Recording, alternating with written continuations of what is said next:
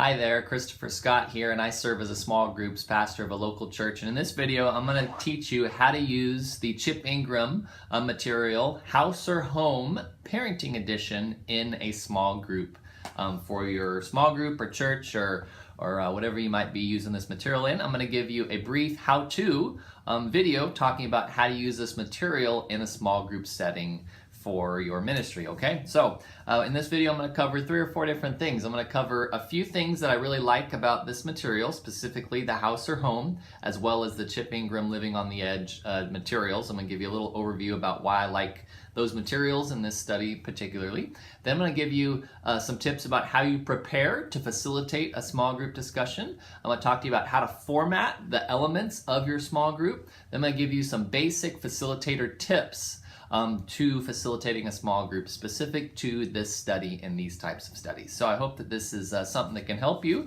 as maybe you're out there looking for some good parenting curriculum, or maybe you already bought this and you're trying to get some help on how to use it. Hope this video can be helpful for you. So first, let's talk about the Living on the Edge materials that are produced that feature Chip Ingram as a teacher. I want to give you a few reasons why I really like these studies in general. There's about 20 different small group studies produced by Chip Ingram and Living on the Edge. And I got a list here of just some things I wanted to share with you that I really like about the material. Number one, the Chip Ingram materials are always very well balanced between biblical theology and practical application. It's got a really good balance of Bible teaching as well as how are we applying this to our lives. That's one of the reasons I like this material. Additionally, it's always application based, especially the fill in the blanks. He teaches topically and application based, which I think helps people get the material and understand it and figure out how to apply it. I like the workbooks. They're very user friendly. As you can see, they're kind of small. They're not, a big old Beth Moore workbook that's kind of intimidating and got lots of different exercises. The workbooks are, half a sheet, and they're easy to use, they're thin, they're digestible, they're not intimidating for people that might come to your group for the first time, okay? Additionally, I like this material because at our church, I have a link up there about the unifying question, that our church likes to use, that my senior pastor has encouraged me to have our groups do, where we encourage the groups to do a question at the beginning of their meeting to tie the material into the Sunday message, okay? And there's more material in that video up above I mentioned about the unifying question, but the Living on the Edge material has room at the beginning of each lesson for the unifying question, which not all DVD-based topical studies have. Sometimes they want you to do extra homework or extra assignments, and then that's the first thing you do in your time together. The material produced by Living on the Edge has an opening at the beginning of the small group session where you can do the unifying question, which really matches the culture of our small groups at our church and what we're trying to do there.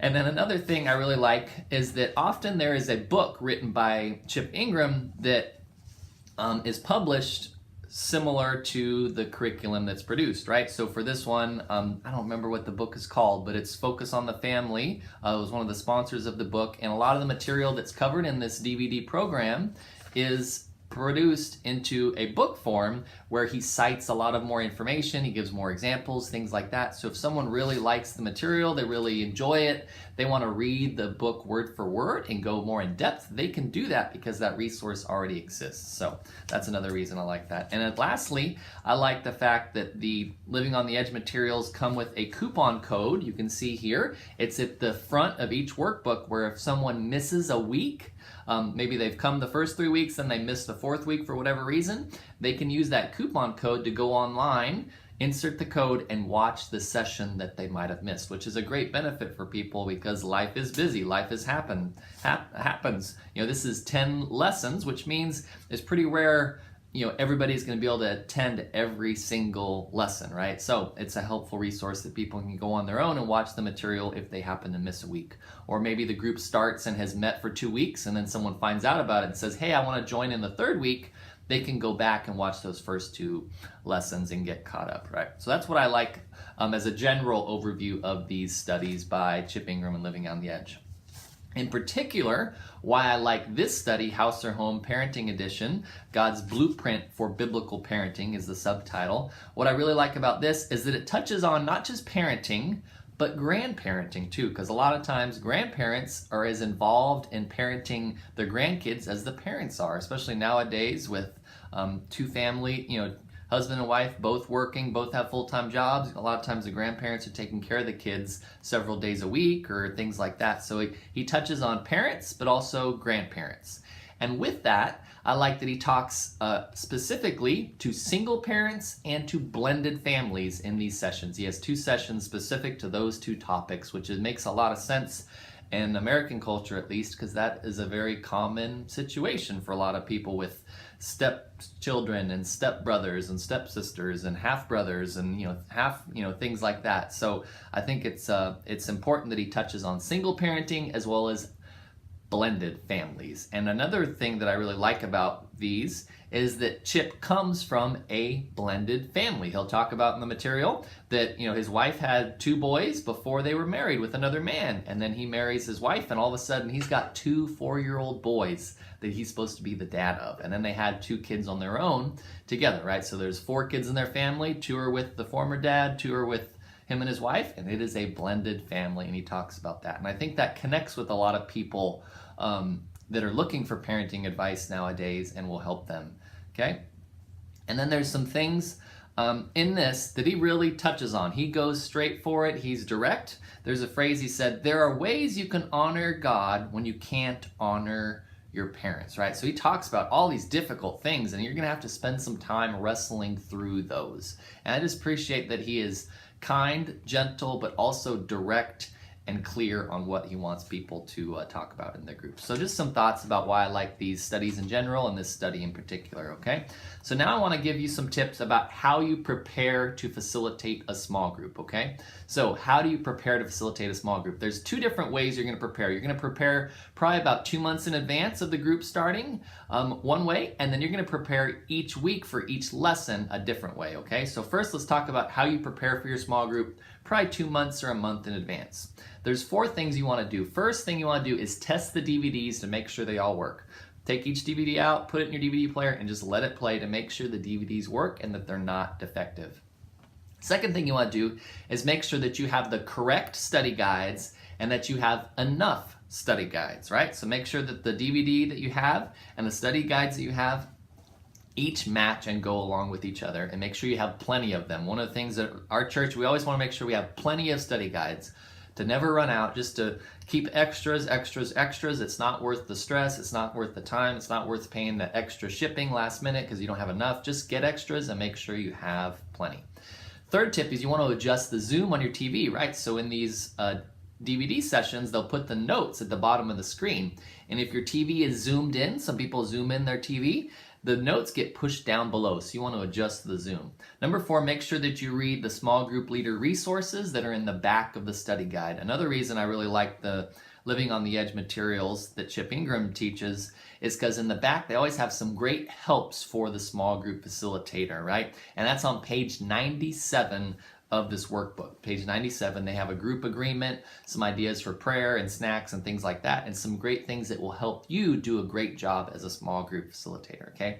So that's what you want to do about a month or 2 before your group starts. Test each DVD to make sure they work. Make sure you have the correct study guides and that you have enough study guides. Adjust the zoom on your TV, and then make sure that you read the small group leader resources in the back on page 97 of this study guide, okay? Now, what you want to do each week to prepare for each lesson is a little different. It might take you about half an hour, 45 minutes, but you want to do this each and every week. 5 basic things you want to do each and every week. Number 1, you want to watch the DVD and take notes along with it. Sit through it just like your people are going to sit through it. Number 2, look through the notes in the back of the study guide because they've got some great leader helps, and that's on page 104, right? They'll go through each session, each of the 10 sessions, and they give you usually 4 to 6 bullet points for helps for you as a small group facilitator, saying, hey, you're going to want to think about this week, or someone might have this specific issue with what Chip's going to say. This is how you're going to respond. Or you're coming near the end of your study. Be sure that you pray with your group and talk with your group about what they might want to talk about next. Things like that. So each week, make sure you read the notes provided for that session that start on page 104. Number 3, if there's passages referenced in the questions, or the things that he's talking about on the screen that you're not that familiar with, you might want to look those passages up in a good study Bible or commentary to have a little bit of a context of what he's talking about or what that passage might mean or things like that, right? So he's talking about Ezra.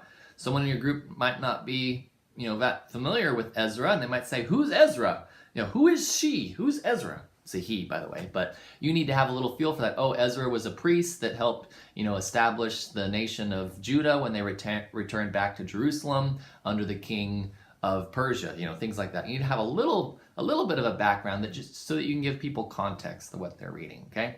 Number 4 is to watch the coaching videos that Living on the Edge provides. They don't provide any for this specific video, so you don't have to do that. Number 5, briefly answer the questions in the discussion session, right? So that's the talk it over section. So you want to take a little time on your own before the group comes and jot some thoughts down to each of those questions. So 5 things, really 4, but 5 things you want to do each week before your meeting. Watch the DVD, look through the notes in the back of the study guide, page 104. You want to research any passages or look them up in a good study Bible you might have questions about. Watch the videos that are provided for the coaching. There's no coaching videos. And then number 5, briefly answer any questions that are in the talk it over section so you have a good feel for the discussion. So that's how you want to prepare for your group. About a month or 2 before, and then each week you want to do that, prepare. Additionally, there's a way that you want to format your group, right? Now I want to teach you how do you want to format your small group meeting each and every week. At our church, there's 3 elements we want each and every small group to have as part of their small group discussion, okay? Small group meeting. Number 1, we want groups to start with the unifying question, to watch the DVD together, to review the notes that are gone over, and then to do the talk it over, okay? So let's talk about the unifying question. That's what you want to start your group out doing each week, asking the unifying question. And that's where you open the group asking, what did you all take away from the message at church over the weekend? What did you learn from the sermon? What stood out to you? What did you like? What did you hear? What have you done since then?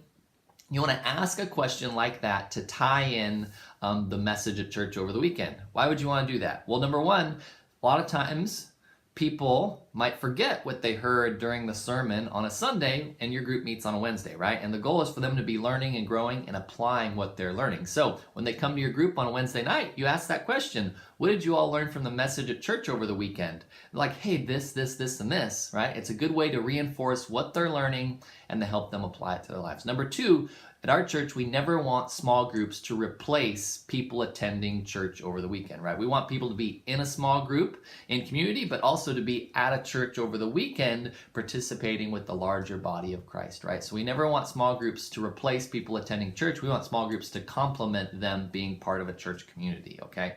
And so that's why you want to start out your group by asking the unifying question in your group. And then the second thing you want to do to format your small group is watch the DVD, right? Watch the DVD, and then as soon as it's over, review the fill in the blanks to make sure everybody got the fill in the blanks, because sometimes they come across the bottom of the screen pretty fast or they might miss them. So you want to review the fill in the blanks and watch the DVD. And then third, you want to go through the discussion guide, and I'll talk about the discussion guide format a little later, okay? So unifying question, watch the DVD and review the note, fill in the guide notes, and then you're gonna do the talk it over section, do the discussion section. Those are the 3 elements you want to do in order each and every week as part of your small group. There's 2 additional elements I encourage you to have in your small group too, is to have some snack time and to have prayer time. You can do that before the 3 elements, right? So you have your 3 elements, you can do those 2 before or those 2 after. It doesn't really matter, or you can do 1 before, 1 after, it doesn't matter. You just want to be consistent in what you do each week and follow the same process in the same order each and every week, because you want to build consistency, and helps people know what to expect and builds a routine for your group, okay? So how do you facilitate a small group discussion? Maybe you've never facilitated a small group. This is your first time. You're a little nervous. You're not sure what to do. Here's a few common questions I've gotten when I've helped people work through these materials that I want to answer for you. How many weeks do we spend per lesson? How many weeks do we spend per lesson? And the answer is, with this study guide, on this material, you can pretty much cover 1 lesson per week. Unless your group really is getting stuck on some questions or things like that, you can cover 1 lesson per week, is how I would encourage you to go through it. But it's good to remember application is more important than completion. So if you feel like you're kind of just going through the material week after week after week, people aren't really applying what they're learning, you might want to take a little break. Maybe you start taking 2 weeks per lesson and spending more time talking about what they're learning and how they're applying, okay? Another question, how do I work through the different sections of the study guide that's produced by Living on the Edge? How do I work through the different sections produced by Living on the Edge? So there's 3 main sections to this study guide. Number 1 is the Take It In. The Take It In is the notes portion where you watch the DVD and you take the notes. And after the DVD plays, I always encourage the facilitator to review the fill in the notes to make sure everybody got them and that we're all on the same page. Then there's the Talk It Over section that you do as a small group discussion in your group. Usually that's 7 or 8 questions. I encourage you to do that in your group and talk about it. And then third, there's the Accelerate section, which is meant to be a personal devotional Bible study that each person does on their own during the week, right? And really encourage them to do that and apply what they're learning and do things on their own and to have their own Bible or study Bible and do some own study and reflection and prayer on their own. And with that Accelerate section, it's good to encourage, maybe if you've got a group of 8 or 10 people, try to encourage them to pair up in groups of 2 or 3 to hold each other accountable about what they're learning through that Accelerate section.